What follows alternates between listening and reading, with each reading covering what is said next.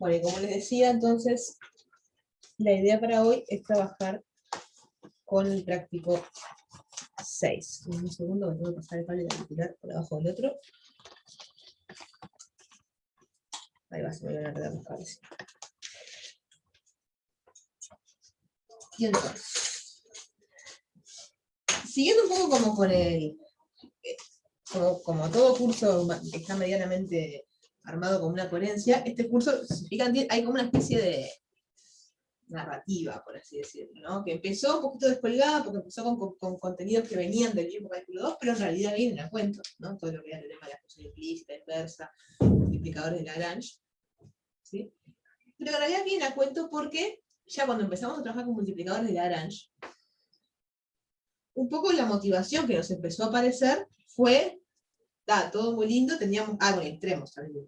No teníamos toda la maquinaria para estudiar lo que pasa con las funciones, ¿no? Por ejemplo, calcular extremos en el interior de conjuntos, ¿no? O sea, en lugares donde yo puedo en cualquier punto encontrar un entornito que esté metido adentro, pero nos estaban faltando herramientas para trabajar, por ejemplo, con los bordes. Dibujo en R2 porque me está más fácil, pero estudiar en R3 podría ser. Claro.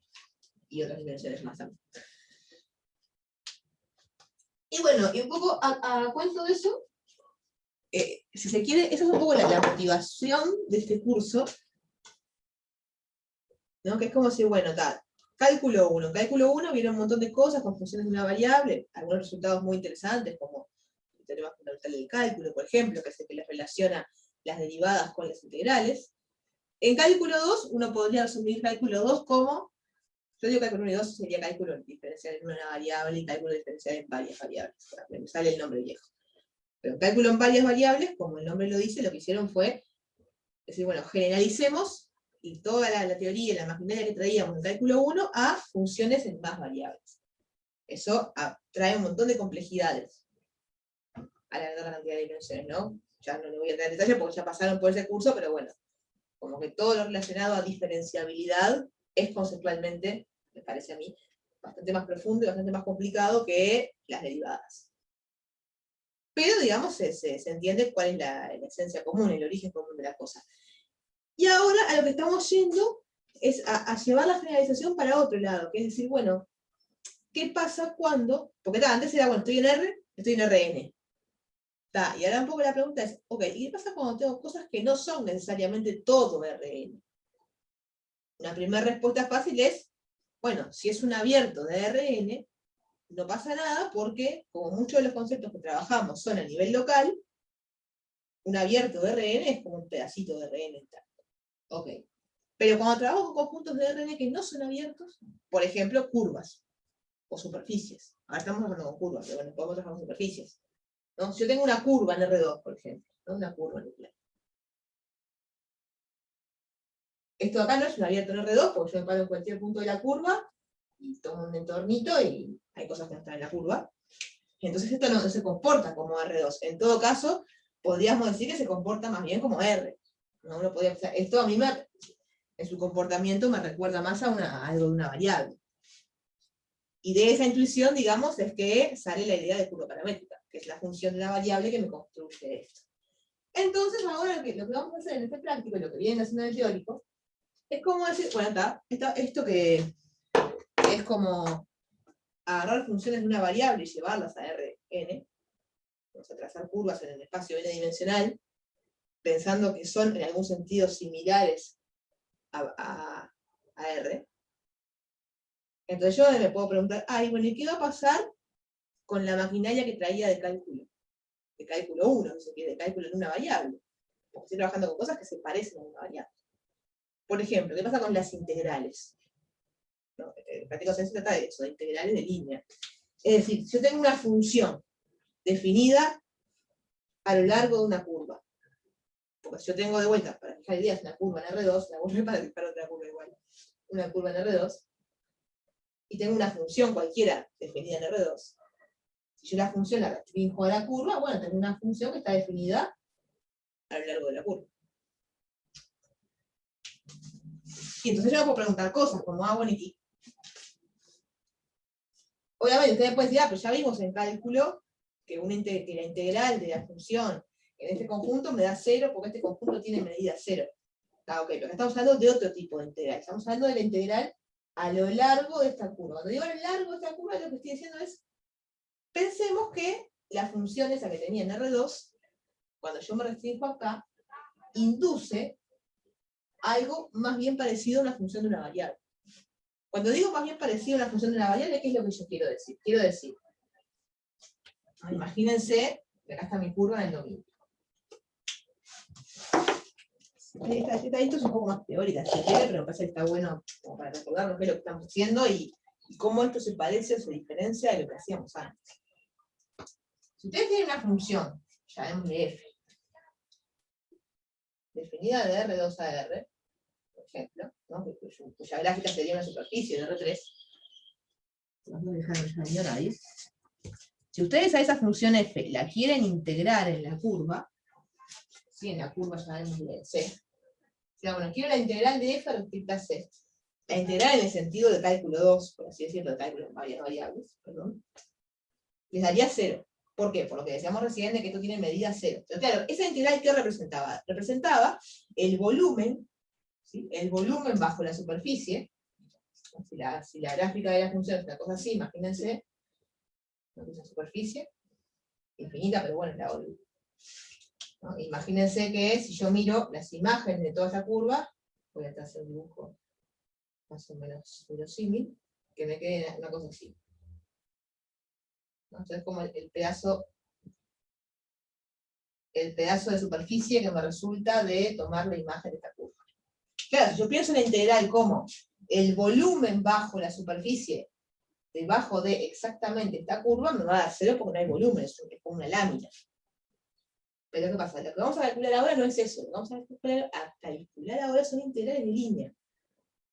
Son integrales, si se quiere, más análogas a lo que hacíamos en cálculo 1, porque esas integrales lo que representan es no el volumen, sino el área. ¿Sí? Imagínense como que yo tengo esta lámina que tengo acá, la lámina que me queda de tomar verticalmente, ¿no? Desde esta curva hasta lo que me da la función, y yo quisiera calcular el área de eso. Es parecido a la integral de una variable.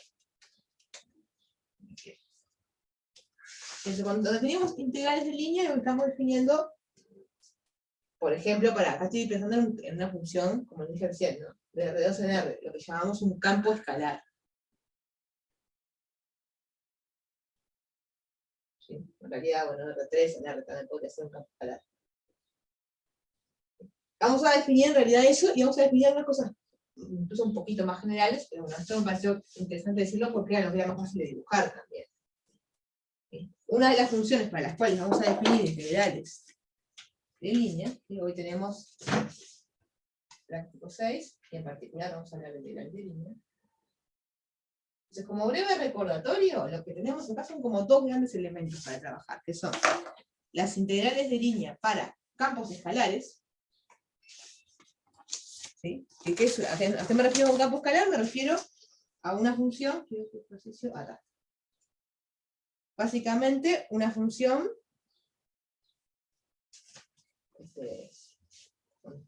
que va de R3, RK, donde sea, a R. ¿Qué tenemos? Tenemos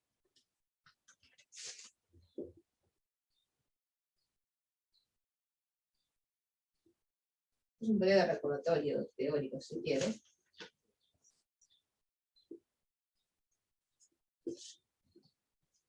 Para un campo escalar F de R3, R2, Rn a R. Lo importante acá es que cuando yo campo escalar, este escalar refiere que el codominio es R. O sea, vive en Rn y va a R. Las funciones con las que más trabajaban en el cálculo de varias variables. Pero integral de línea. A lo largo, porque cambia de fórmula, no lo sé, de una curva alfa. Si alfa es una curva que está definida en un cierto AB,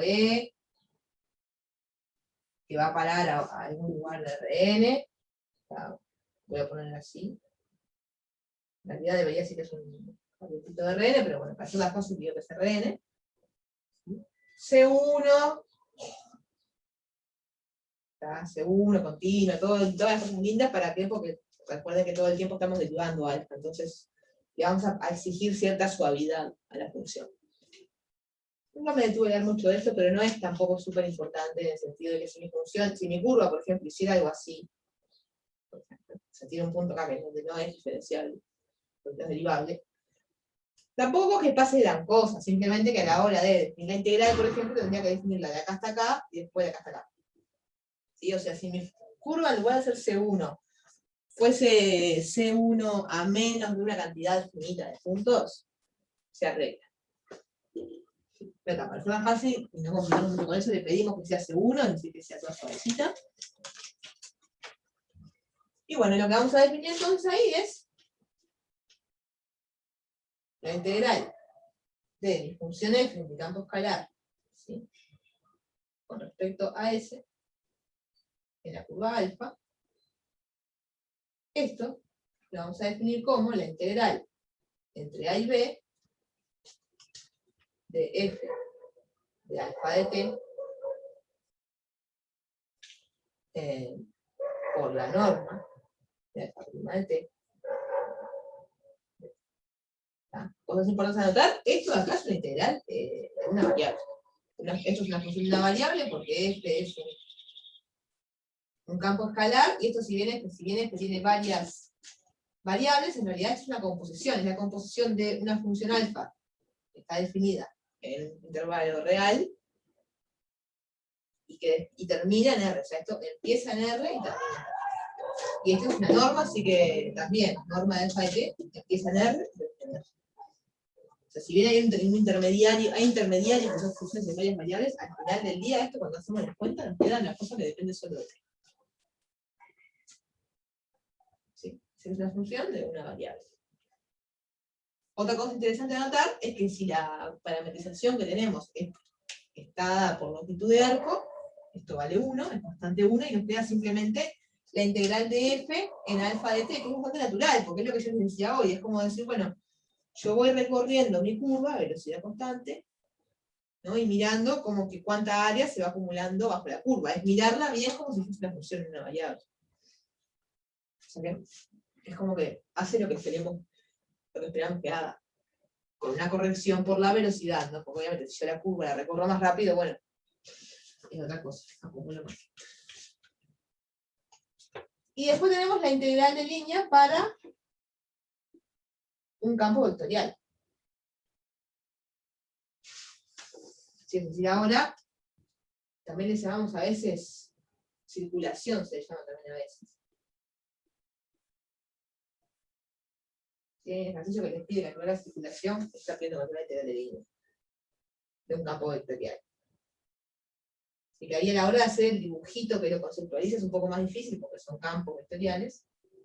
Y cuando de un campo vectorial lo que quiero decir es, en vez de una función f, ahora mi campo es una función que le llamo, por ejemplo, x mayúscula, para los campos, ¿sí? Que va de Rn a Rn, típicamente vamos a trabajar de R3 a R3, ¿sí? Pero digamos la definición aplica en general. Y también a lo largo de una curva alfa, ¿no?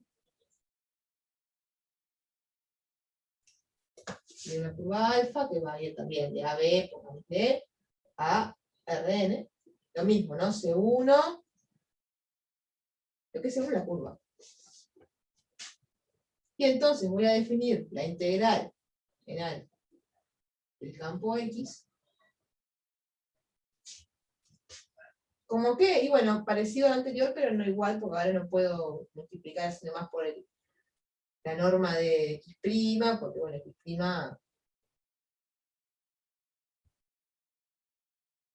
por la norma de X' no, de alfa prima no tiene problema, el problema es esto, que acá esto, X de alfa de t no va a ser un escalar.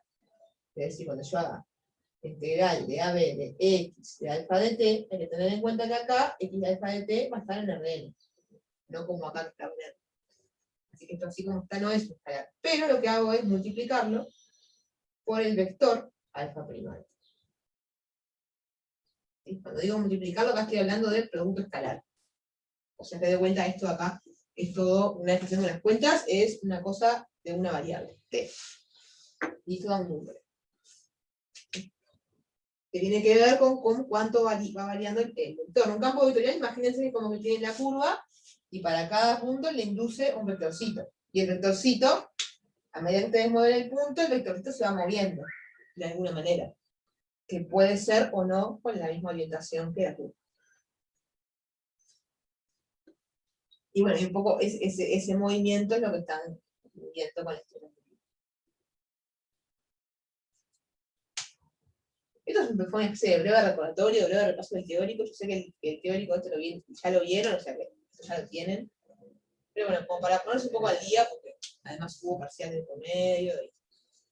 Y en realidad son dos definiciones sencillas y que son más o menos lo que vamos a empezar hoy. No mucho más que eso. La idea de hoy es hacer unos ejemplos. O sea, los primeros ejercicios prácticos es eso, básicamente hacer ejemplos de cálculo de integrales en línea. Donde la dificultad, bueno, ahora vamos a ver un poco dónde radica la dificultad.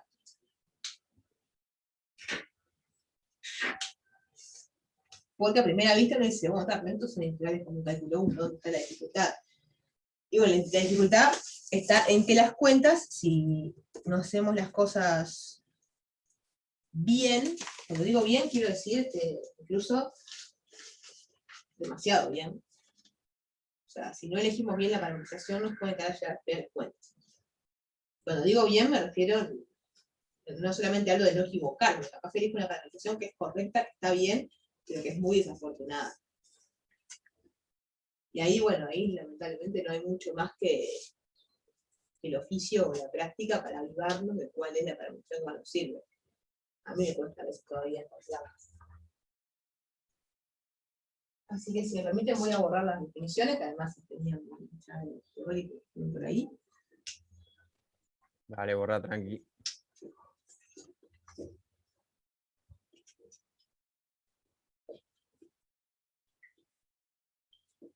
Bueno, el primer ejemplo que quiero hacer, en realidad el primer ejemplo que quiero hacer es más de demostrar, pero está bueno porque el resultado es útil, es una buena primera integral de línea para trabajar, y además no nos deja mucho margen de la creatividad de ay, cómo encuentro la parametrización, que es el ejercicio 1. El ejercicio 1 del práctico, lo que nos dice es lo siguiente, me dice, bueno, voy a buscar la letra oficial, porque yo tengo calidad todo como en versión resumida. Y vamos a la letra bien, la letra correcta. Y ahí lo que nos dice es, bueno, mostrar que la integral de f de x, y, que mal el ejercicio no lo aclara, pero f es un campo escalar, debería decirlo, ¿no? Porque, solo porque la letra f nos induce a pensar que es no basta. Pero es un campo escalar. A lo largo de una curva dada, en coordenadas polares, por r igual a r de tita, con tita, bueno, tita 1 y tita 2, es, y nos da una fórmula. ¿Sí? Tenemos la fórmula, se me voy a copiar toda la letra, pero la fórmula es esta, ¿no? O sea, si tengo una curva en coordenadas polares, con r igual r de tita, en particular, r igual a r de tita quiere decir que si estoy acá en R2, por ejemplo, no, estoy en R2 porque es f de x, y, ¿sí? F de x, y que es un campo escalar. Voy a hacer prioridad, voy a poner este es el ejercicio 1 del práctico 6. Lo que estoy diciendo básicamente es que mi curva no puede hacer esto, por ejemplo. ¿Por qué no? Porque estoy diciendo que R depende del ángulo. ¿Sí? O sea, tita, recuerden que ese es el ángulo con respecto al semieje de la sec. Entonces, si yo tiro este ángulo, por ejemplo, ¿quién es R? ¿Es el correspondiente a este punto? ¿El correspondiente a este punto? No. O sea, tiene que ser una función, una curva, que no me repita puntos para el mismo ángulo. O sea, podría ser, sí, una cosa como esta. Una cosa así. Se cierra, no se cierra, no importa. Empieza en un cierto tita 1, que sería el primer ángulo que tiene, y termina en un cierto tita 2, que es el último ángulo. Y bueno, para esa hipótesis, lo que me piden probar es que la integral, es decir, la integral de f a lo largo de la curva, sabemos de c, no se le pone nombre, esto no le pone nombre. No le pone, yo le voy a poner c. La integral de c, de la función f, me piden demostrar que es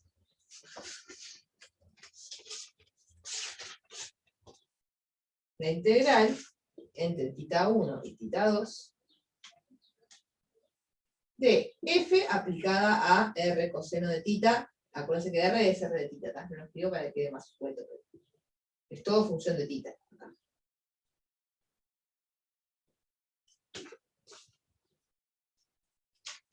Por la raíz cuadrada de r más, ahí lo escriben como dr sobre dθ.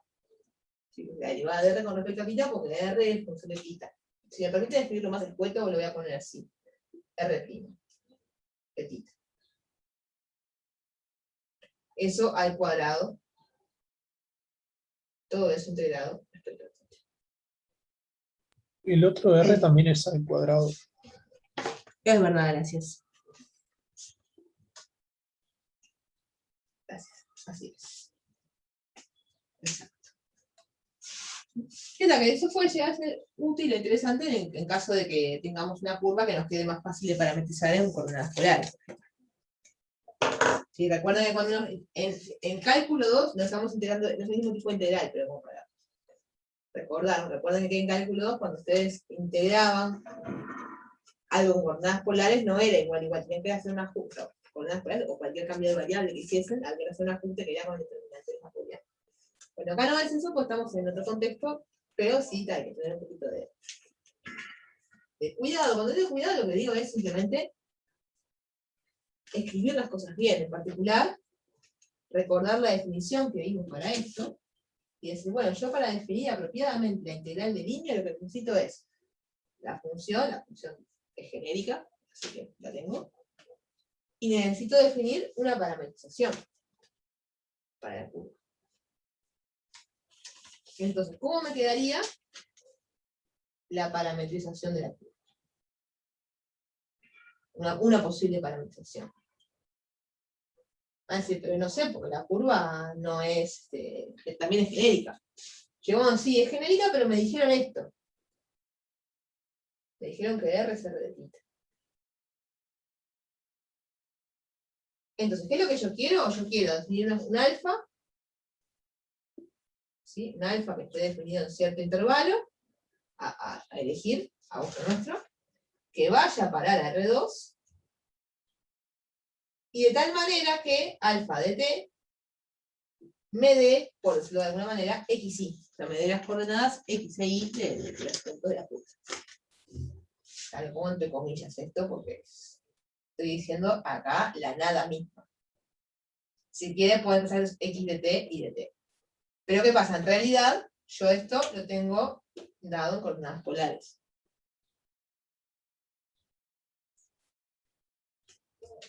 Pero recordemos que cuando me dan coordenadas polares, o sea, ¿qué eran las coordenadas polares? Las coordenadas polares eran definir x como qué, como r coseno de θ, esto en general, acá este r no tiene ni siquiera por qué ser una función de θ. Esto es más en general. Y igual r por seno de θ. En este caso en particular, o sea, normalmente, en un contexto general de cualquier curva en R2, no solamente en este aspecto, estoy, digamos, cambiando estas dos variables por otras dos variables, R y θ. Yo digo acá, no, pero mi curva tiene una sola variable, que es θ. ¿Por qué? Porque R es R de θ. Entonces, en este caso particular, como R es R de θ, lo que tengo es R de θ coseno de θ. Que lo escribo así para que nos demos cuenta y lo tengamos presente que lo que tengo acá me da una gran ayuda para parametrizar, porque es como una parametrización, me está diciendo cómo escribir x en función de θ y cómo escribir y en función de θ. Y solamente funciones de tita. Entonces, si yo conozco, dicho en otras palabras, si yo conozco el tita, no conozco, la curva es genérica, pero si a mí me dan tita, con esta información y con esto, yo puedo decir, bueno, sí, para tita 1, el punto es tal, es este. Y para tita, el punto medio, entre tita 1 y tita 2, por ejemplo, el punto es tal, el tuyo. Y acá, lo que podría poner, porque entonces todo parecería indicar que el t que estamos buscando es tita, justamente. Yo puedo usar tita como parámetro, y acá elegir tita 1, tita 2, como dominio.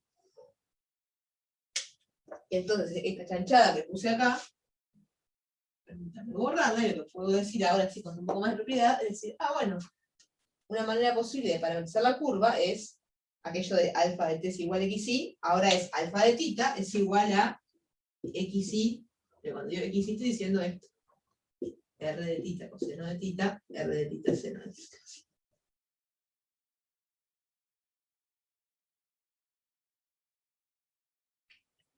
Coseno de tita, r de tita, seno de tita.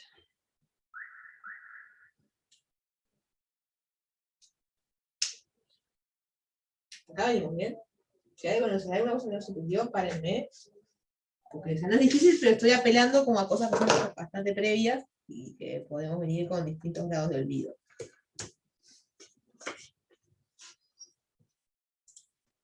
Sí, se entendió. Muy bien.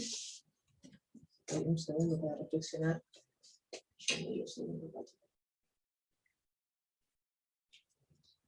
Bien. Y entonces ya estamos bastante bien, porque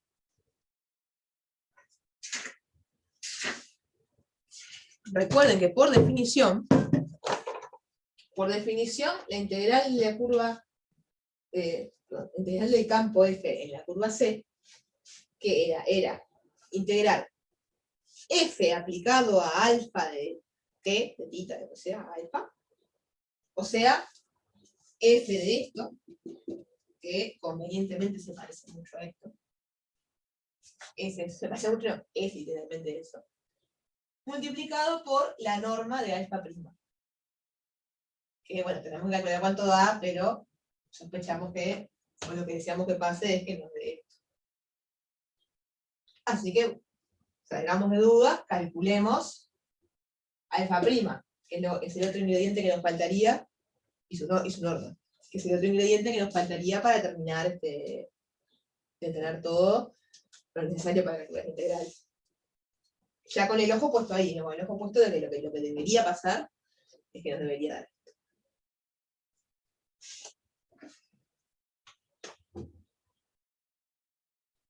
Así que voy a calcular alfa prima allá arriba.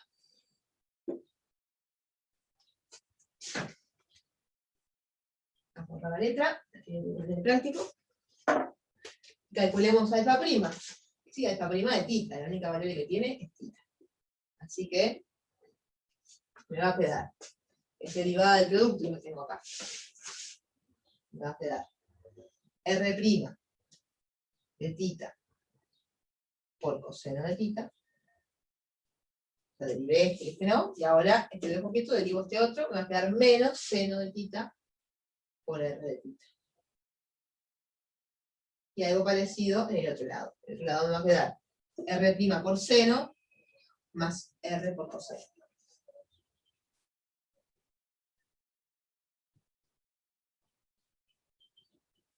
R de tita por coseno. Y acá esto, los que están viendo clase últimamente, ya es como esta película ya la vi, van a decir, porque cuando calculemos la norma de esto, se van a ir cosas, se van a aparecer cosenos cuadrados más senos cuadrados quedar uno, y alegremente se van a ir muchas trigonométricas, mejor dicho, todas las trigonométricas se van a ir. ¿Por qué? Porque recuerden, cuando hagamos la norma del cuadrado de esto, es decir, cuando elevemos esa coordenada del cuadrado y esta coordenada del cuadrado y la sumemos, fíjense lo que va a pasar.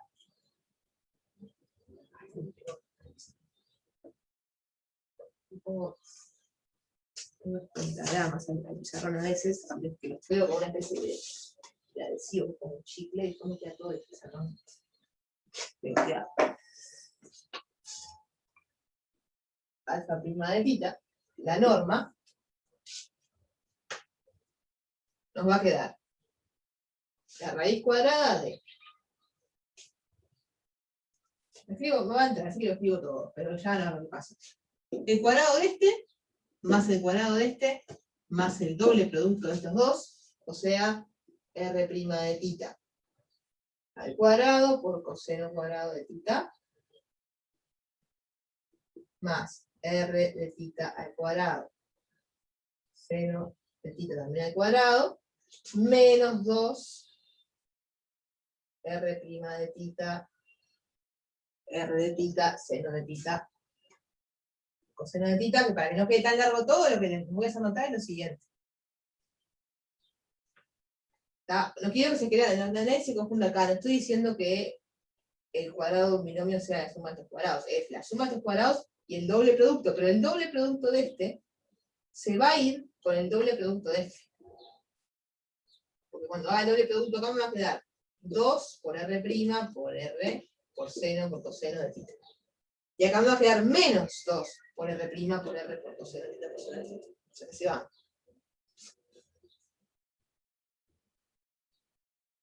Así que no los escribo, así no me queda tan largo todo. Y acá me va a quedar el cuadrado de este, que va a ser R' de tita al cuadrado, por seno al cuadrado de tita, más R al cuadrado de tita, o R de tita todo al cuadrado, es lo mismo, coseno al cuadrado de tita. De ahí para acá, y para ganar mi conciencia, porque me da miedo de los productos, permítanme poner esta chanchada, que es 2 por puntos suspensivos, se entiende el doble producto, menos 2 por puntos suspensivos. Esto de acá son los dobles productos. Cuando digo doble producto estoy diciendo el famoso 2 por A por B cuadrado del binomio. Pero que no escribo todo el moño gigante porque como ya vimos que son opuestos, se van. Convenientemente se van. Y no es lo único que se va, porque fíjense que acá tengo R' cuadrado y R' cuadrado de factor común en estos dos términos. Y acá tengo R cuadrado y R cuadrado de factor común. Si saco factor común R' cuadrado acá, me va a quedar R' cuadrado por coseno cuadrado más seno cuadrado, que me da 1. Y acá me va a quedar R cuadrado también, por seno cuadrado más coseno cuadrado, que me da 1. Así que la norma de tita, de alfa de tita, perdón, alfa prima de tita, ¿va? Va a terminar quedando R cuadrado de tita, la raíz de R cuadrado de tita, más R' al cuadrado de tita. Voy a poner todos los cuadrados afuera solo para hacer coherente. Y eso, si se fijan en la letra, es exactamente lo que... O sea, en la letra no lo escribía como R de tita, lo escribía como R a secas, pero por simplicidad, por abreviar, pero es eso. Es exactamente el término que estábamos buscando. El factor que estábamos buscando. Es decir, como conclusión, lo que podemos decir es, por lo tanto, la integral que estábamos buscando, que era la integral en la curva de la función f, nos va a quedar la integral, ¿dónde? En el dominio de la curva alfa, que habíamos dicho hoy que era θ 1, θ 2. ¿De quién? De f de alfa de tita, pero alfa de tita era r de tita, coseno de tita, r de tita, seno de tita. ¿Sí? Acá la observación clave es que simplemente usamos la definición, nada más. ¿Sí? El único dato que usamos para esto es el hecho de observar que esto es alfa de tita. Multiplicado todo eso por la raíz de r de tita cuadrado más r' de tita al cuadrado. Todo eso integrado respecto a la variable que tenemos en tita. De vuelta, acá simplemente usé que probamos recién que esto es alfa prima.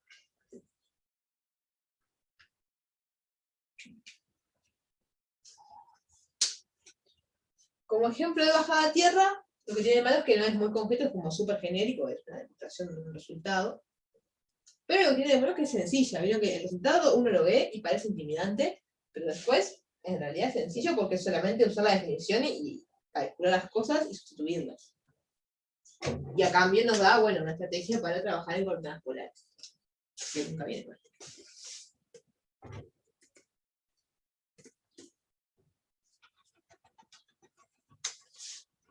¿Sí?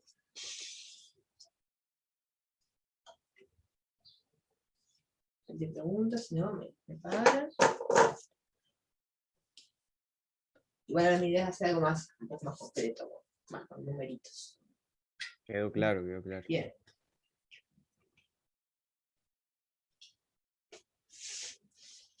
Muy bien. Lo otro que tenía ganas de hacer era algún ejemplo, como les decía, un poquito más numérico y más de trabajar con campos vectoriales. Además de, en caso de que no se acuerden, recordar brevemente una notación que aparece. De hecho, aparece en el práctico. Si se fijan en el ejercicio 4, les pide calcular. A ver, voy a escribir arriba bien, pero lo que les pide calcular es algo de otra forma. Concretamente les pide calcular la integral de y de x más z de y más x de z. Entonces, ¿cómo decimos? ¿Qué es esto? Esto en realidad es una manera de escribir la integral de un campo vectorial. O sea, esto es lo mismo que decir, el ejercicio 4 nos va a calcular eso, pero esto es lo mismo que decir la integral del campo X y a lo largo de la curva, acá también, integral en una cierta curva. ¿Sí? Una pregunta. Sí. ¿A eso era lo que se le decía uno forma o algo así? Bueno, ahí va, a eso vamos, ahí vamos a eso. Porque en el OpenFing hablaban de Sí. eso. Y no. Eso es una forma, sí. O sea, X es un campo donde justamente X de T, o X en general, acá estamos sometiendo esto es X de, y de T, Z de T, X de T. X es justamente Y, Z, X. O sea, en general, cuando ustedes les piden integrar un cacho de función de X, más un cacho de función de Y, más un cacho de función de Z, lo que están diciendo en realidad es, esto es la integral del campo vectorial que tiene a esto en la primera coordenada, esto en la segunda coordenada y esto en la tercera coordenada. Y está buena la observación que vos hacés, que bueno, no ver formas de final del curso nos puede quedar un poquito descolgado, pero esto acá es lo que se llama una uniforma diferencial. Exactamente. Que básicamente es eso, es una función escalar multiplicada por el de x. ¿Sí? ¿Qué es el de x? Es esa pregunta que todos nos hacemos de cálculo 1. ¿Qué es el de x? Bueno, ya lo seguimos manipulando de manera un poco más abstracta, pero de a poco va tomando un poco más de forma. Siempre sigue representando esa cosa de, bueno, un incremento infinitesimal en x. ¿Sí? Un incremento infinitesimal en y, un incremento infinitesimal en z. Más allá de esa conceptualización que hacemos, se van volviendo objetos por derecho propio, son uniformes. O sea, esto de acá, todo esto de acá es una uniforma, y esto de acá, cada uno de estos por separado, también son uniformes. ¿Sí? Como comentario de cultura general, ¿qué tendría que pasar para que sean dos formas o tres formas? Bueno, las dos formas serían cosas de este estilo. Por ejemplo, si yo tengo dx, producto vectorial, con dy, esto sería una dos forma. No nos vamos a meter en eso, pero ahora, pero para tener una idea. ¿Por qué Y le una decimos? tres forma como el producto mixto o algo así. No, es de x, de y, de z. Ah, bien. O podría ser también de x, de y. O sea, cualquier cosa que tenga, digamos, que involucre a tres uniformas multiplicadas por el producto vectorial. Pasa que esto en realidad nunca lo van a ver porque esto es cero. Porque el producto vectorial del mismo con el mismo da cero. Claro, sí, verdad. Entonces siempre, o sea, si están trabajando en R3, lo más que van a poder tener son tres formas. porque ya si quieren una 4 formas ya se quedaron sin cosas que multiplicar. Pero ¿por qué se le llama así? ¿Qué significa geométricamente? ¿Por qué forma? ¿Por qué se le dice así? Me mataste con la etimología de la palabra. Porque forma, justo porque es la palabra forma, y te debo la etimología de la palabra. Lo voy a consultar con los especialistas y te digo, o sea, son un tipo de funciones. Porque la palabra forma, honestamente, no lo sé. Ah, perfecto. A los efectos de lo que estamos haciendo ahora, estas formas las utilizamos como integrandos.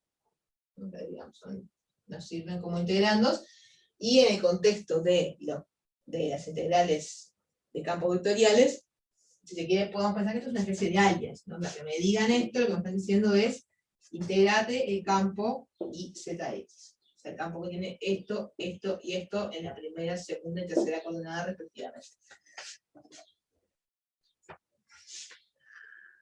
Entonces, esto venía un poco como motivación y como presentación de la nomenclatura para el ejercicio 4, o para algún ítem, por lo menos el ejercicio 4. Y donde el ejercicio 4 lo que nos pide es calcular siempre la integral de este campo en distintas curvas, y lo que varía es la curva. El ejercicio 4 entonces nos pide calcular esta integral, que les decía recién, la integral de I de X más Z de Y más X de Z en distintas curvas. Dejo el en abierto porque, bueno, depende del ítem. Por ejemplo, en el ítem, en el primero, hagamos uno como a modo de ejemplo. El primero, en todos los casos, miren lo que dicen, en cada caso la curva se dará como intersección de dos superficies expresadas de forma implícita. Es decir, no nos dan la curva ya parametrizada, sino que nos la dan de forma implícita. Y bueno, si estamos en R3 y queremos una curva de forma implícita, sí o sí va a tener que venir como intersección superficie. No tengo una manera que me permita darla como una ecuación sola. No en R3. Entonces, lo que vamos a tener, o mejor dicho, más que en la intersección D, porque ya le pusimos nombre a la curva, le puse C. Así que voy a decir quién es C. Con C, la intersección, esto es una C, una pared,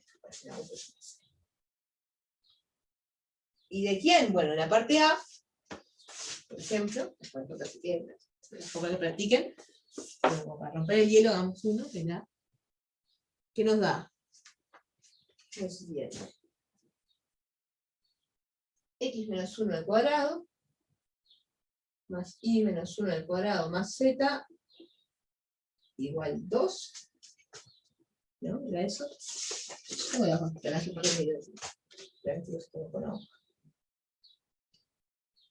y la otra que es X igual. Y eso va desde el punto 0, 0, 0, o sea, el origen, que es fácil verificar que cumple, o sea, que está en la curva, a 2, 2, 0. Es decir, en una curva en 3 dimensiones, que es la intersección de, si se fijan, esto de acá es un plano, es el plano X igual Y, o sea, es un plano vertical. Y esto de acá es, nunca me acuerdo si es un cono o un paraboloide. Es un paraboloide, porque debe ser, no sé. Sí, fue un paraboloide que tiene un eje vertical en el punto 1, 1. Tengo el 0 hasta el 2, siempre es acá. Es acá. Es cuando hace así.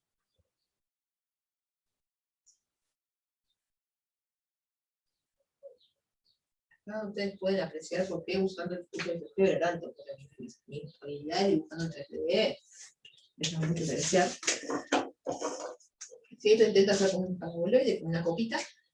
Y el plano x igual y, obviamente no lo dije, pero es el eje x, es el eje y, es el eje z. Así que el plano de x igual y va a ser, acá tengo x igual y, en el piso, y lo levanto como un plano vertical. Y bueno, la intersección de esas dos cosas va a ser una curva, que así, muy abajo de un cubero, va a ser una cosa así, y me dicen desde... ¿Por qué lo puse arriba? Es en 0, 0, 0, dijimos. Esto está en el origen. Dibujé un poco mal los ejes. Yo un día voy a aprender que primero se dibuja la superficie y después el eje, y esto va mucho más bien. O sea, el paraboloide es una cosa así. Ahí va. Es el origen. Hasta el eje X, hasta el eje X,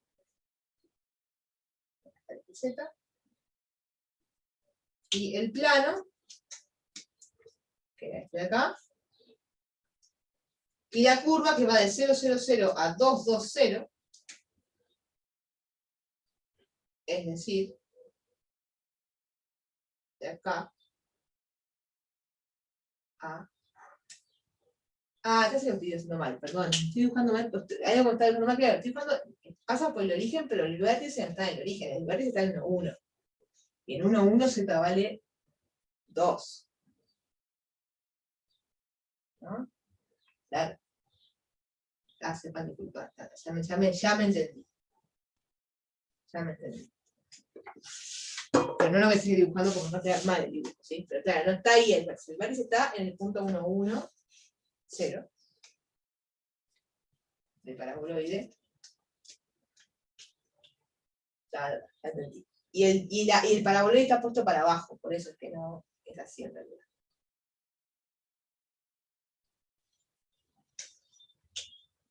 Y el plano es igual. Yo básicamente lo que quiero que observen simplemente es que la curva que tenemos es una cosa que tiene este aspecto, que va a empezar desde un cierto punto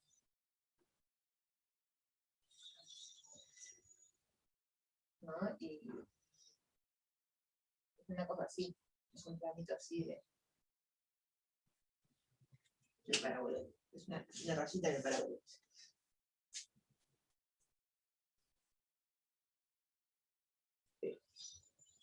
Pero bueno, todo esto para decir, está muy lindo todo, pero si se fijan en lo que vimos en la definición, ¿no? De la integral de un campo vectorial, ya vimos el comentario que hicimos hace un rato, de que acá hay un campo vectorial, que es el campo IZX. O sea, que decir esta integral, o decir la integral del campo IZX, respecto a la variable que sea, todas las cosas que tienen PS, en C, es lo mismo. Pero que para poder calcular esto, necesitamos parametrizar la curva C. Porque entonces así después yo puedo hacer esto como I de alfa, Z de alfa, X de alfa, por la derivada de alfa. Entonces la dificultad acá en realidad es esa, es cómo yo parametrizo, cómo parametrizo la curva que está dada como intersección de las dos cosas. ¿Alguna diferencia? Podés enchufar la x igual y en la ecuación esa de la bola, ¿no? Entiendo. Y despejás, ponele x o y, y después te armás una alfa de x, ponele, y tenés x en la primera entrada. Bueno, que decís, está bien lo que decís. Bueno, sí, al ser x igual y quiere decir que hay que tener un pelín, está bien lo que vos decís, igual hay que tener un pelín de cuidado con lo siguiente, ¿no? Que es decir, uno se puede ver tentado de decir, bueno, si x es igual a y, acá en vez de poner y pongo x y me quedan dos variables en vez de una. ¿No? Yo podría decir que como x es igual a y, tengo esta ecuación, la puedo escribir como x menos 1 al cuadrado más x menos 1 al cuadrado, así que si me permite pongo 2x menos 1 al cuadrado, más z igual a 2. Y yo digo, esto está bien, es perfectamente cierto, pero cuidado, no crean, no vayan a creerse que esta ecuación es equivalente a la intersección de estas dos.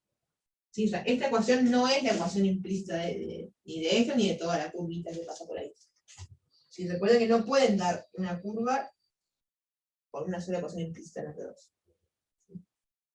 O sea, si ustedes quieren realmente describir esta curva, lo que tienen que dar es esto y esto.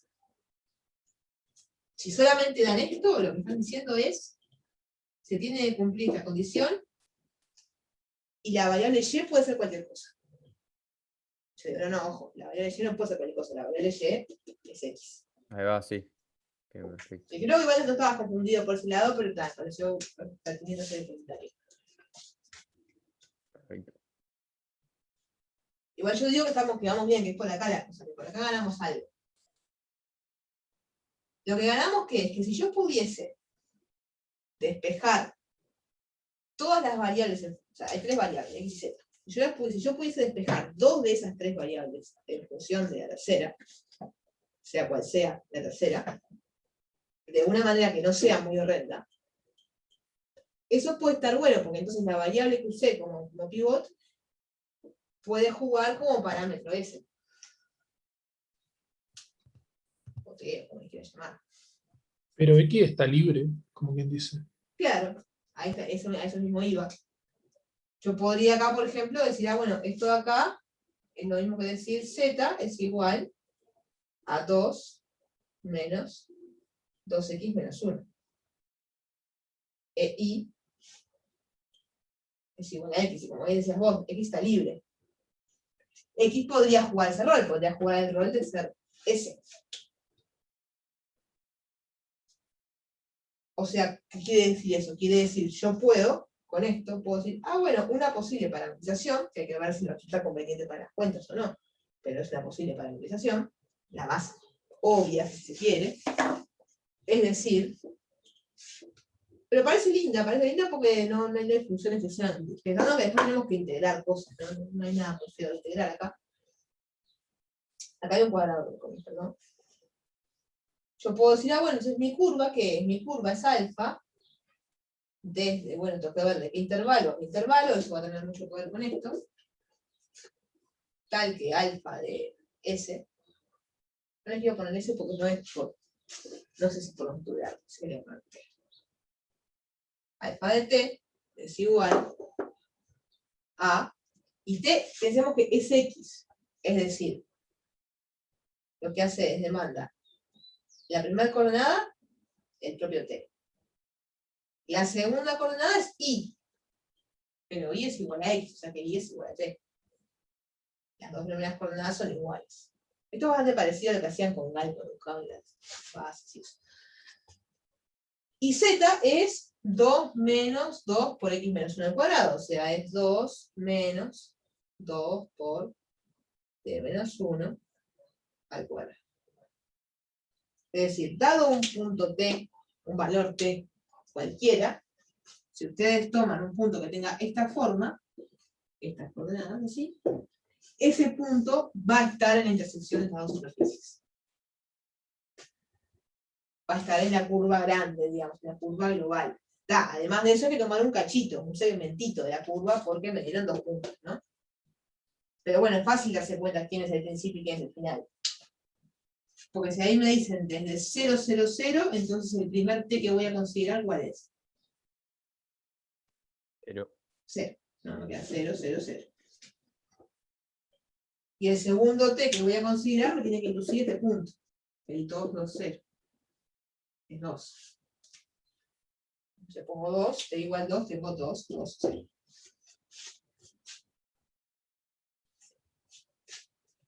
Así que encontramos una parametrización. Esta parametrización alfa es la que me parametriza esta curva. Aquí hay que ver, bueno, cómo nos quedan ahora son las cuentas. Una pregunta. Sí. En realidad, o sea, suponés que de 0 a 2 porque si vos mirás el dibujo y cuando se intersecta con el plano, la curva te queda te quedas inyectiva y monótono dentro de todo, pero, o sea, porque ¿cómo podés saber que en realidad va tipo de 0 a 2 directo? O sea, no sé cómo explicarme, pero Bueno, que no pasa esto, digamos. claro, o alguna Que cosa no sé. rara. Claro, sí, está bien, es un pequeño sobreentendido que hacemos acá, que no lo dijimos, pero es. No, no es un sobreentendido, en realidad es jugar porque conocemos mínimamente cómo es la geometría de estas cosas, ¿no? O sea, no hace falta saber mucho, solamente hay que saber que esto es un paraboloide y que esto es un plano, ¿no? Y que es la intersección. Y medio que no importa cómo sea el plano y cómo sea el paraboloide, no hay chance de que se autointersecte la curva.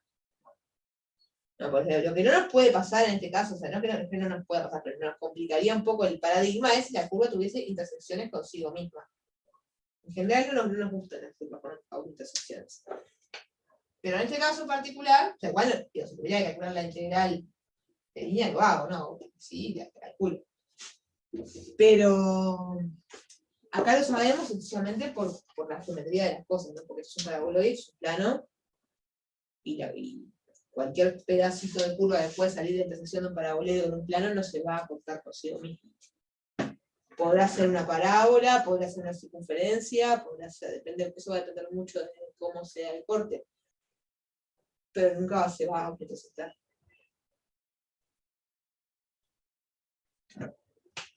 O sea, ahí es el argumento geométrico.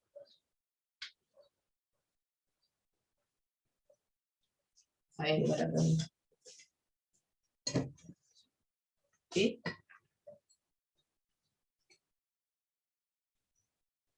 Un silencio de dudosa convicción. Sí, en realidad estaba pensando si lo que dije influye en algo, tipo, o No, sea, influye sí en el sentido de que si la curva, o sea, que la curva tenga autointersecciones, quiere decir que alfa no es inyectiva. Entonces, si yo tuviera una curva que se autointersecta, ahí uno me podría decir, bueno, pero ¿cómo sabés? Vos sabés que alfa de 0 es 0, 0, 0, pero ¿cómo sabés que es único? ¿Cómo sabés que no hay otro valor que va para a 0, 0, 0? Yo te digo, no, yo sé porque alfa es inyectiva, porque la curva no hace autointersecciones.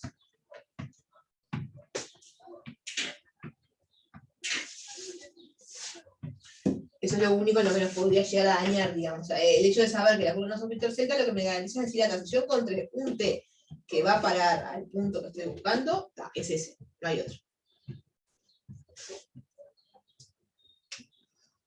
bien, bien, ahora sí. Es para eso que sirve. Bien. Entonces, tenemos la parametrización, tenemos el campo, nos estaría faltando la derivada de la parametrización. Bueno, por lo que queríamos era este campo aplicarlo acá y además multiplicarlo escalarmente con la derivada. Así que necesitamos alfa prima de t. Que ahora que tenemos alfa es solamente derivar esto, no tiene ningún misterio. Me va a dar 1, 1. Y acá, bueno, la derivada de 2 me da 0, y la derivada está de acá, y la de la cadena mediante me va a quedar menos 4 por t menos 1.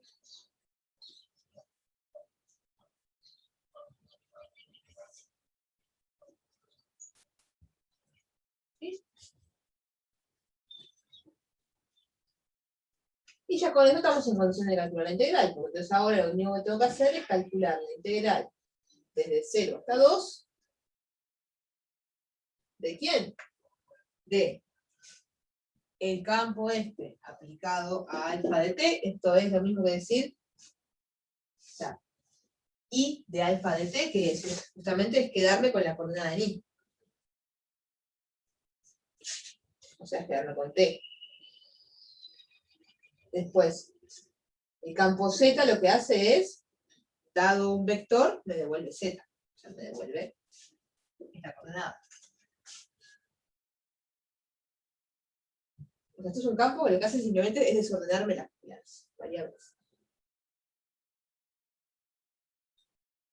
Y esto lo que hace es, dado este vector, me devuelve la coordenada en x, o sea, t.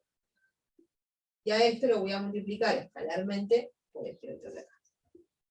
Por 1, 1. Bueno, 4 por t menos 1 cuadrado.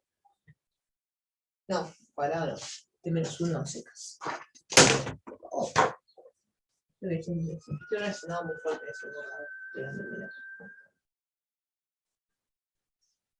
Todo esto. Respecto a esto.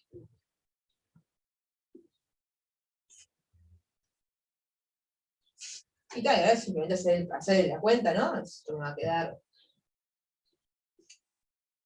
t por 1. Estoy pensando si... No me porque todo apretado, así que voy a borrar acá abajo.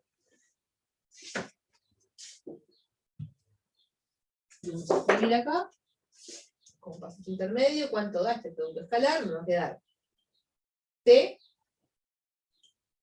más, todo esto multiplicado por 1, o sea, 2 menos 2 por t menos 1 cuadrado. Esto no va a convenir desarrollarlo después porque para integrarlo va a ser más fácil que nos quede un polinomio común y corriente y nada mejor que eso. Y acá me queda t por menos 4t menos 1, o sea, menos 4t menos 1. Sí, nos conviene desarrollar todo, básicamente. Así que esto de acá, simplemente lo escribo abajo, si lo sacamos todo encima, me va a quedar en t cuadrado, esto va a ser un polinomio de grado 2. En t cuadrado me va a quedar menos 2t cuadrado, menos 4t cuadrado, o sea, menos 6t cuadrado. Después, en t, me va a quedar t, acá tengo el doble producto, un menos 2t, que por menos 2 me da más 4t. Así que tengo t más 4t, más 4t de vuelta. O sea, 9t. ¿No? Y en término independiente, lo que tengo es 2. Acá tengo 1 menos 1 al cuadrado, me da 1. Por menos 2 me da menos 2. Y acá no hay término independiente, así que me queda 2 menos 2 que me da 0. Así que es esto integral. La integral de 0 a 2 de menos 6t cuadrado más 9t. Y acá digamos que la parte de operatoria quedó reducida a algo muy simple. Encontré una primitiva de esto, evaluar el valor de 0, regla de Barrow. Primitiva de menos 6t cuadrado va a ser menos 2t cubo. Primitiva de 9t va a ser más 9t cuadrado. Todo esto evaluado entre 2 y 0. El 0 no va a 0, o sea, simplemente evaluado en 2. Va a quedar 2 al cuadrado es 8, así que esto es menos 16. Y acá tenemos 2 al cuadrado que es 4, o sea, 9 por 36 sobre 2, 18. Así que me queda 18 menos 16, que me da 2.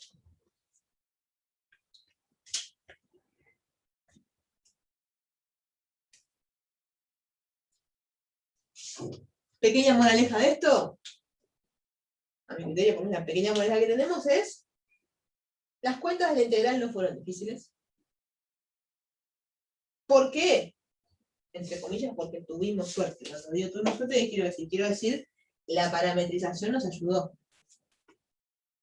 ¿Sí? O sea, la parametrización que encontramos no hizo que esta cuenta de acá, este producto escalar, nos quedara un polinomio común y corriente y después se quedara un polinomio muy fácil. ¿Sí? Pero, si a veces puede que no tengamos esta suerte y que la parametrización más obvia, porque algo que pasó fue que la parametrización que usamos fue como la más obvia. Puede decir, bueno, parece fácil despejar todo en función de x. Hagámoslo, despejemos todo en función de x y ese va a ser el parámetro t que voy a usar. Es algo que como que nos invita mucho a hacer.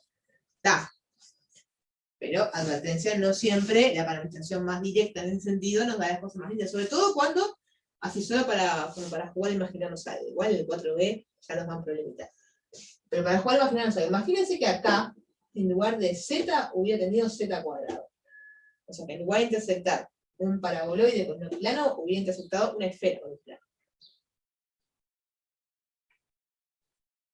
Ahí, ya, la cosa se iba a poner mucho más fea, además, porque si usted, o sea, siguiendo la estrategia que estábamos siguiendo acá, ¿no? ¿Por qué? Porque si ustedes toman sea, para construir la parametrización, en lugar de tener, ¿se acuerdan que de parametrización era t, t y esto? Esto era despejar z en función de t. Pero ahora z, esta de acá, les hubiese quedado la raíz cuadrada de esto. Y a la hora de integrar, hago las cuentitas, todo me aparecía con una raíz cuadrada, y ahí ya el tema de calcular se pone todo mucho más feo.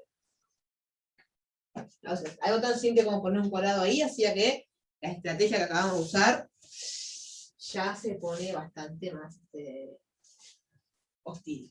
Entonces, la otra moraleja es, muy lindo con lo que hicimos acá con la parametrización, pero ojo que no siempre, o sea, no siempre es la mejor manera de parametrizar. La ventaja dentro de lo malo de esto es que hay muchas maneras de parametrizar una curva, entonces uno puede ir probando, ir jugando, hasta encontrar una parametrización que sea conveniente.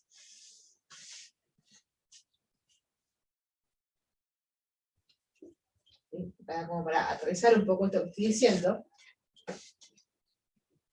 no lo quiero resolver entero para no quemar todo el ejercicio 4. Mientras estamos viendo en realidad, creo que tengo tiempo de hacer esto, ¿no? Sí, tengo tiempo de hacer esto. Pero echémosle un vistazo, por ejemplo, al 4b.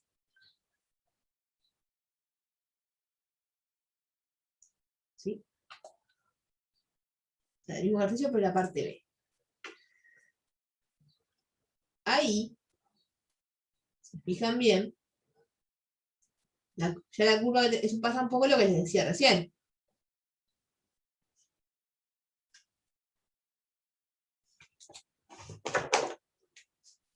Ahí, bueno, cuando dice sentido anterior y el origen, lo que está pasando es que hay que mirar un poco la geometría, pero seguramente la curva se autointersecta. O sea, sucede no, se ha cerrado, termine en donde empezó.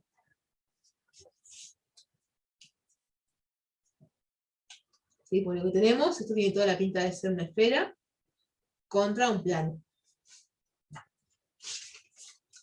Como observación, comentario.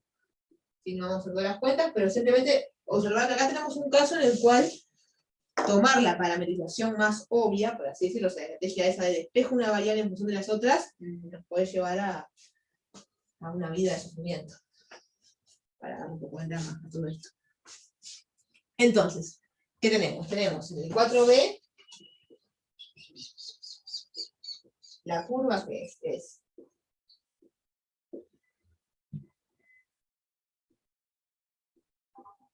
intersección de x más y igual 2, que lo era un plano vertical de vuelta, otro, pero un plano vertical al fin y al cabo, y x cuadrado más y cuadrado más z cuadrado igual a 2 por x más y. Perfecto, ¿no? Que es una esfera, escrita de una manera un poco pintoresca que nos permite como ver la relación entre el plano y la esfera. Esto es sentido anterario mirando desde el origen. ¿Sí? Yo seguramente, o sea, si lo piensan geométricamente, si yo tengo una esfera y la intersecto con un plano, me va a quedar una circunferencia. O sea, y me está diciendo, bueno, la circunferencia esa la recorremos en sentido antihorario, mirando desde el origen, y la recorro entera, doy toda la vuelta.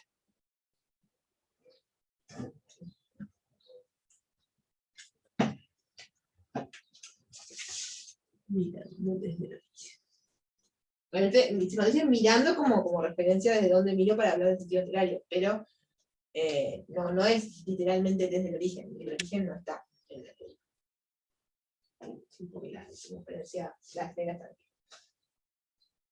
Entonces, ¿qué pasa? Si ustedes quisieran parametrizar esto, siguiendo un poco la estrategia de la parte A, uno puede decir, está buenísimo, acá, ¿no?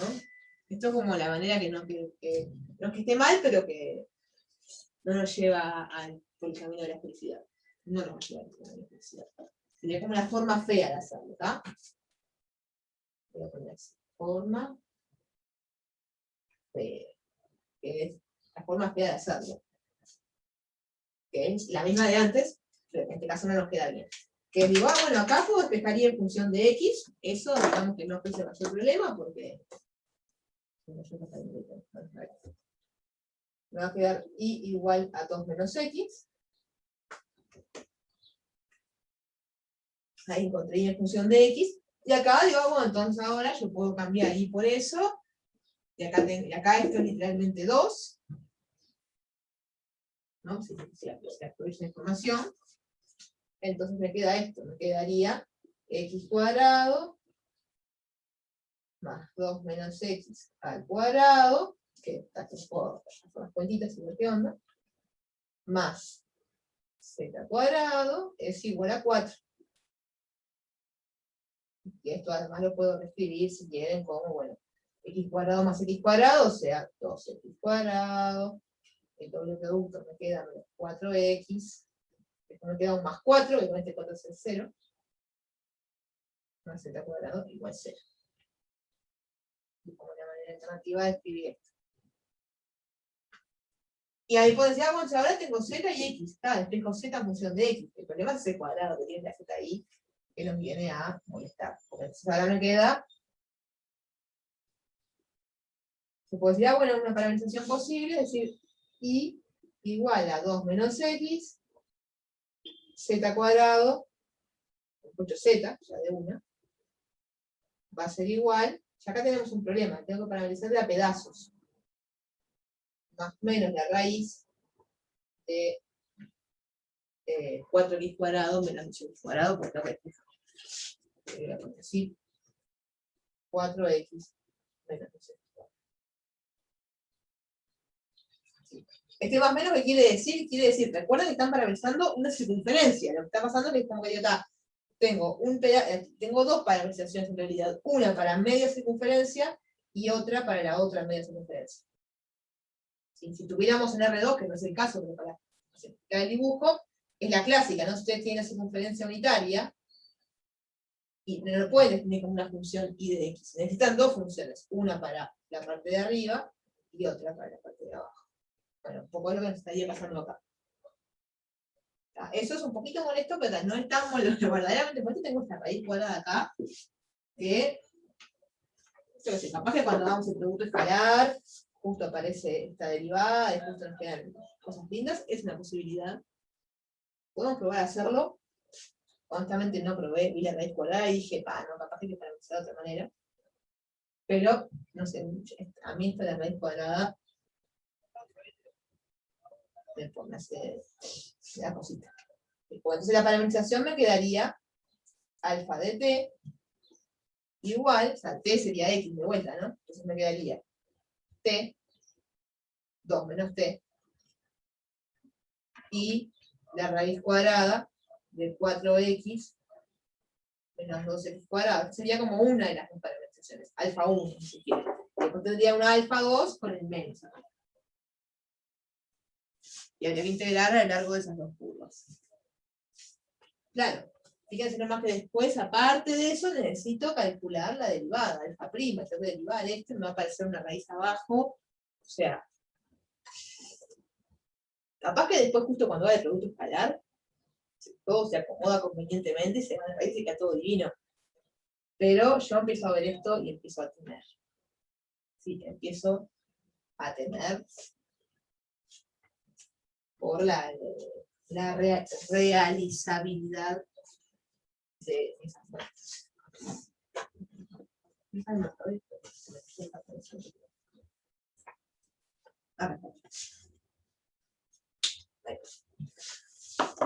Entonces mi sugerencia acá sería decir, ok, no, busquemos otra parametrización.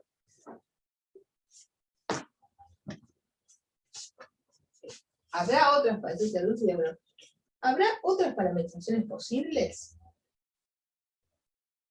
Y honestamente acá, a menos de juegos de ir tirando, no se me está ocurriendo una manera elegante de decirle tipo, miren, dense cuenta que es de esta manera.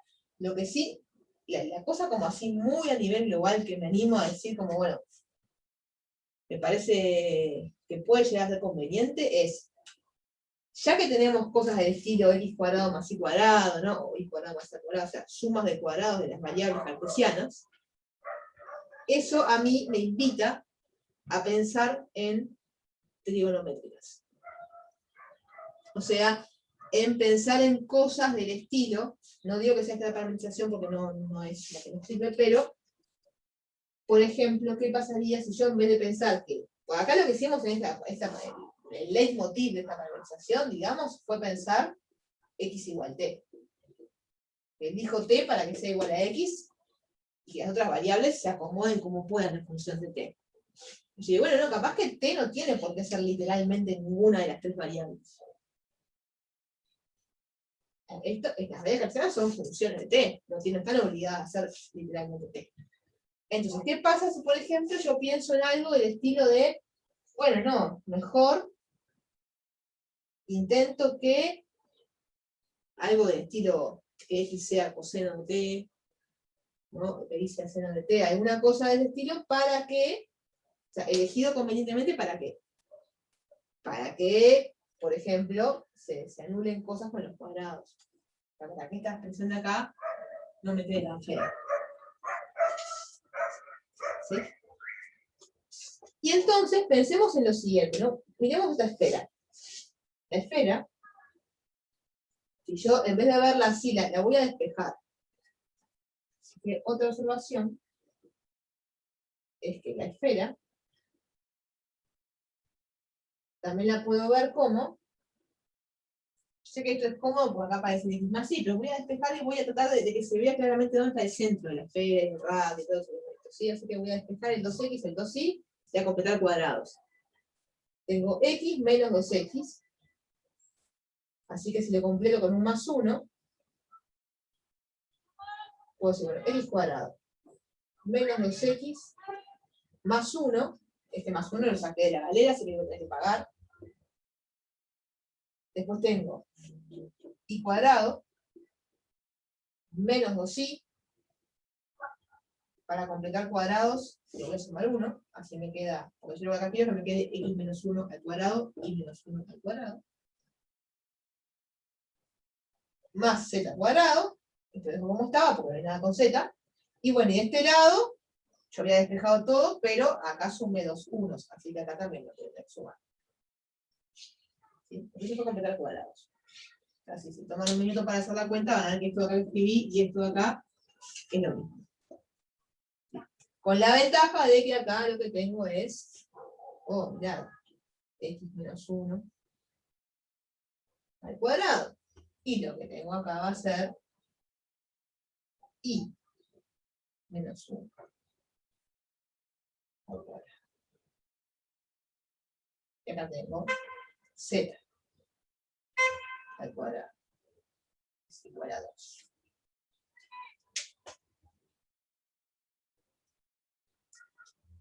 Entonces,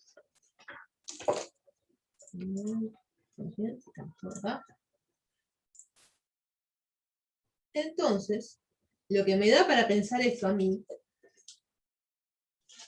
es decir, que estaría bueno, es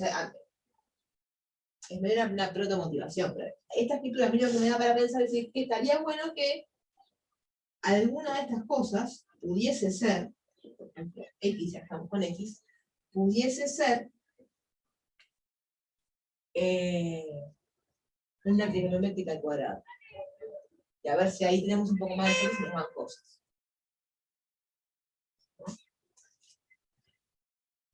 Entonces, bueno, parece que me he traído después, pero después van a ver que haciendo eso las cuentas quedan más amigables. Entonces voy a decir, bueno, me gustaría, por ejemplo, que este término de acá sea un seno al cuadrado o un coseno al cuadrado.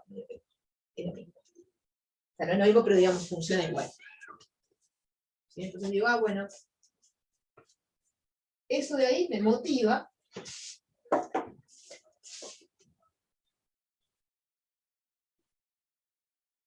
a elegir t, de modo que, por ejemplo, x menos 1, o sea, esto que está al cuadrado acá, sea coseno de t. Para que acá me aparezca un coseno al cuadrado de t. Hay que ver después cómo quedan estas cosas expresadas en función de. No, para eso tengo esta ecuación de acá y la ecuación de acá. O sea, x es igual a coseno de t más 1. Así, está muy bien todo. ¿Qué pasa con esto? ¿Qué pasa con esto? Yo digo, bueno, pero con estos, yo sé que x más y es igual a 2. O sea, coseno de t más 1 es igual a 2. O sea, coseno de t más 1 más i es igual a 2. Entonces, lo que puedo decir ahí es, luego, y va a ser igual a 2 menos x, habíamos dicho, o sea, a 2 menos coseno de t menos 1. O sea, es 1 menos coseno de t. Que de última no tampoco está nada mal, porque cuando yo haga i menos 1 al cuadrado acá, me va a quedar 1 menos coseno de t menos 1, se me va a quedar menos coseno de t al cuadrado, o sea, me va a quedar un coseno al cuadrado. Nada mal. Entonces tengo coseno al cuadrado, coseno al cuadrado. Dos cosenos al cuadrado. ¿Sí? Y entonces, ¿qué va a pasar con z cuadrado? Y bueno, tengo esta ecuación, justamente. Y esa última ecuación, lo que me va a decir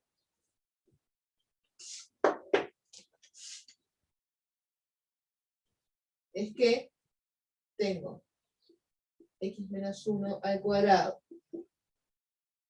más y menos 1 al cuadrado más z cuadrado es igual a 2, pero si sustituyo los t que elegí, digo, pero x menos 1 al cuadrado es coseno al cuadrado de t. ¿Por qué? Porque justamente elegimos el t para que pase eso. Después, la ecuación del plano me dijo que i tenía que ser 1 menos coseno de t. Así que i menos 1 me queda, lo dijimos recién, ¿no? Esto es coseno al cuadrado de t también. Estoy repitiéndome. Ahí está todo. Y si está cuadrado, no sé, si está cuadrado lo quiero averiguar. ¿Sí? Apá. Pero, tengo una ecuación, entonces, que me dice que 2 por coseno al cuadrado de t más z al cuadrado es igual a 2. Y acá uno dice, hay otra vez la raíz cuadrada. Sí. Primero, uno podría decir, bueno, no es tan terrible la raíz cuadrada porque, última, me queda la raíz cuadrada del coseno al cuadrado, que hace el módulo de coseno. Yo creo que hay algo más lindo que eso, si nos damos cuenta y si nos ayudamos, que es, y porque es un poco lo que me motivó a elegir esta parametrización, que es la propiedad esa de que el coseno cuadrado más el seno cuadrado me da 1. Entonces, otra observación que parece un poquito descolgada, pero que esto me está pidiendo a gritos, es, si yo tuviese 2 coseno al cuadrado de t más, voy a decirlo de otra manera para que quede menos sacado de la galería. Voy a despejar t cuadrado. ¿Tá? O sea, me va a quedar z cuadrado igual a 2 menos 2 coseno de t. O, si les gusta más, 2 por 1 menos coseno cuadrado de t. Pero 1 menos coseno cuadrado de t es 0 cuadrado de t. O sea, esto va a ser 2 por seno al cuadrado de t. Y ahora, es mucho más lindo, porque entonces ahora digo, pero entonces z va a ser la raíz de esto. O sea, z va a ser igual a la raíz de 2 por seno de t. El valor absoluto. Que el valor absoluto es a la hora de integrar, simplemente, bueno, va a querer discutir un poquito sobre el seno de t, pero nada. Dando eso, integrar un seno es fácil. ¿Sí? O sea que nos queda la parametrización que nos termina quedando, y que no vamos a dar cuenta por no del tiempo, pero una vez que tienen esta parametrización, la cuenta es realmente, creo que no necesita. ¿Sí? Se puede tomar una parametrización que por lo menos de pinta es mucho más amigable que la anterior, alfa, les dejo de obsequio cuál es el dominio, pero nada, te digo. Esto no lo justifiqué, lo voy a decir nada más, pero creo que es fácil darse cuenta. ¿Por qué? O sea, porque T representa el ángulo que tiene una circunferencia. Chequéenlo después si quieren la conciencia de que efectivamente es esto.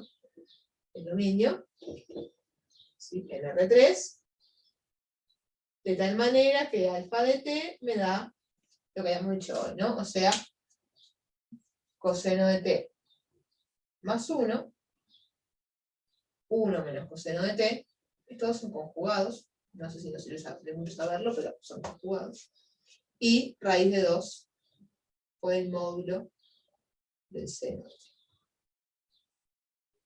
Que, bueno, esto en particular los va a hacer discutir un poquito, van a tener, están en este dominio, van a tener, esto va a ser positivo entre 0 y pi, y negativo entre pi y 2pi. Pero nada más. Eso. Y bueno, después que hacer más, derivar esto es bien sencillo, les van a quedar senos, cosenos. Y en el producto escalar les van a quedar productos de senos con cosenos, cosas que en realidad con un cambio de variable sencillo sale. O sea que a la hora de hacer las cuentas, esto tiene pinta de que va a ser mucho más amigable que lo otro. Pero está, me parecía que como mucho de esto es como les digo, práctica, es un poco de oficio, pero pero está, uno le dice, a vos te dicen de la nada, tomate esta parametrización. ¿No? Esta parametrización de la que acabamos de escribir, así, de la galera. No sé, yo me quedo como con un sabor de, está buenísimo, sí. Ahora que la sé, todo esto es muy fácil. Pero ¿cómo carajo me daba cuenta? Y bueno, no sé si todavía se hubiesen dado cuenta ustedes, pero la justificación que viene detrás es un poco esto, ¿no? Es tipo, tenemos una esfera que la escribimos de la manera más informativa posible, en el sentido de saber dónde está el centro y cuál es el radio, y en particular saber qué cuadrados estoy sumando, y lo que intento es elegir mi variable t de manera tal que alguno de estos cuadrados sea un coseno cuadrado. Y de coseno, y si hubiera dicho seno a la cuenta, y íbamos a obtener algo muy parecido. ¿Sí? Pero en el fondo era jugar con esa idea. ¿Para qué? Para poder usar la famosa propiedad de que 1 menos coseno cuadrado me daba seno cuadrado. Y eso a la hora de tomar la raíz hace que esto me quede bastante más limpio. Yo lo que no entiendo es Sí. por qué de 0 a 2pi, si te dice que va en sentido horario mirando desde el origen. Perdón, capaz que me lié con eso, capaz que está mal orientada. Yo me copé mucho con quienes no pensé en la orientación. Puede que esté mal, vamos a ver. Porque si yo lo recorro, a ver qué hacemos, pensemos en el dibujo. En 0, esto va a ser el punto 1, esto vale 1, así que el punto va a ser 2, 0, 0, ¿no? 2, 0, 0, y cuando empiece a incrementar el t, lo que va a pasar es que el coseno va a decrecer, así que esto va a decrecer, esto va a crecer, o sea, me estoy yendo para abajo, para allá, para abajo y para acá, para allá, y para arriba. Para acá, para allá y para arriba. Para arriba. Y eso es en sentido... ¿Y si es en sentido horario o antihorario? Me olvidé. Me olvidé que te decía sentido... horario. Sí. Esto sí, hay que dar vuelta a la parametrización. Porque estaría en sentido... Acá me parece que estaríamos en un sentido antihorario, ¿no? O sea, yo lo que no entiendo mucho en realidad es la frase, en sentido horario mirando desde el origen. Sí, ¿Qué significa? claro, porque si vos... ¿Qué pasa? Vos imaginate que tenés estamos en R3, ¿verdad? En el espacio R3. Y a vos te dan una circunferencia. ¿No? Me dan una circunferencia, acá una circunferencia. Y yo estoy parada de este lado. ¿No? Estoy parada viendo la circunferencia. Entonces, para mí, que estoy acá parada, el sentido antihorario va a ser este. Pero para ustedes, que están parados de frente, el sentido horario va a ser el otro. ¿No? Es algo que cuando uno está acostumbrado a trabajar en R2 no piensa, porque cuando estás en R3, horario o antihorario, en una curva, horario o antihorario depende de qué lado estés mirando. Claro, nadie mira un reloj de espaldas, por eso nadie se lo plantea de esa manera, pero cuando vos decís el sentido horario de la curva, asumís que estás mirando como de frente, pero si la miro de la curva no tiene frente y espalda. No sé si se entendió, o sea, si se entendió por qué importa decir desde dónde estoy mirando la curva. Todavía no me convencí, no me terminé de dar cuenta todavía en qué sentido me quedó paralizado esto, tengo que mirarlo un poco más. Pero, digamos, previo a eso, como la pregunta de por qué tiene sentido preguntarnos desde qué punto estamos mirando la curva, insisto, agarrate cualquier cosa que sea redonda en tu vida, una gomita, lo que sea, que sirve. Un tacho de... Estoy con algo redondo a mi alrededor y no... acá tengo. El borde de este tacho de mermelada, ¿no? Insisto, para ustedes el sentido antihorario va a ser este. ¿No? Este de acá. Pero para mí, que estoy viendo de frente, este es el sentido horario. Para mí es el sentido horario. Lo estoy moviendo como si tuviera un reloj acá. No, me giro. Esto es sentido horario.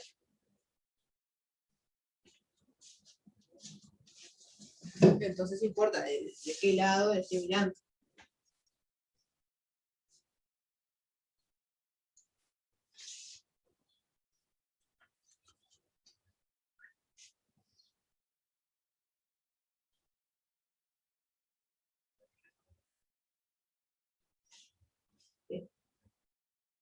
No para hoy porque ya tarde eso, pero hágame acordar en todo caso, yo voy a tratar de acordarme la clase que viene, para arrancar así la clase, o si quieren, lo pueden intentar hacer ustedes, que también es interesante, pero si no lo hago yo también, que es decir, bueno, agarren, por ejemplo, GeoGebra, cualquier programa de estos, y defínanse esta curva. O sea, defínanse como hicimos el día del triedro de Renet, que habíamos definido, que dibujamos la hélice, o la curva, no curva era la que teníamos, para calcular el triedro. Calculen, o sea, defina esta curva con esta parametrización. ¿Sí? ¿Y qué tiene de interesante eso? Además de ver la circunferencia, cómo queda, ahí van a ver, primero que nada, en qué sentido la están recorriendo de manera mucho más clara, pero además ahí pueden jugar a sacarse esa duda que tenías vos, porque vos si vos girás con la aplicación, girás un poco, ¿no? Y te podés como mirar la curva desde distintos lados.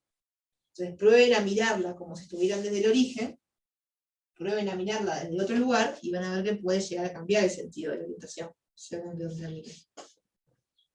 Creo que como herramienta de convencimiento está bueno. Intenten hacerlo, igual si no, la clase que viene yo arranco con eso, como para cerrar esta historia. No digo ahora porque en realidad ahora me llevaría un rato porque no tengo tiempo de echar. Tendría que ponerme a hacerlo.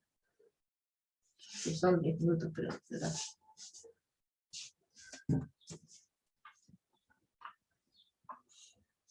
Sí, pero tengan en cuenta eso siempre. Que en R3 una curva, para orientarla, depende desde dónde la miro.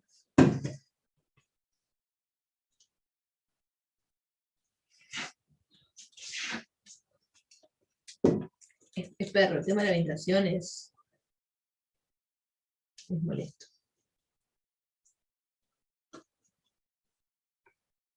¿Sí? Perfecto, muchas gracias. Bueno, nada. Si les parece bien, entonces quedamos por acá hoy. La clase que viene arrancamos con eso de la parametrización que les decía. Una pregunta, ¿este práctico cuánto dura? Y yo creo que ¿Hasta mitad de semana? Vamos a tratar de que dure hasta el miércoles. Salvo que quede algo muy colgado. Venir a trabajar con algunos ejercicios de la segunda parte, la vez que viene, de las densidades y eso. Porque en realidad no es un práctico, me parece demasiado jugoso, que digamos. O sea, van a ver que es como que muchas cosas se repiten. se repite en el sentido de que como que pide hacer un poco más de lo mismo. Y me gustaría, capaz que el viernes siguiente, digo bien, sí, el viernes siguiente, no sé si arrancamos de entrada con el 7 o si hacemos parte del 6 y parte del 7, pero me gustaría sí arrancar el viernes que viene en el práctico 7. Por lo que le decía, les decía que los prácticos que quedan, sobre todo el 8 y el 9, son muy largos. Entonces me gustaría tener tiempo para trabajarlos. Perfecto. Sí. Bueno, muchas gracias, profe. Bueno, perfecto, nos vemos el miércoles entonces. Chao.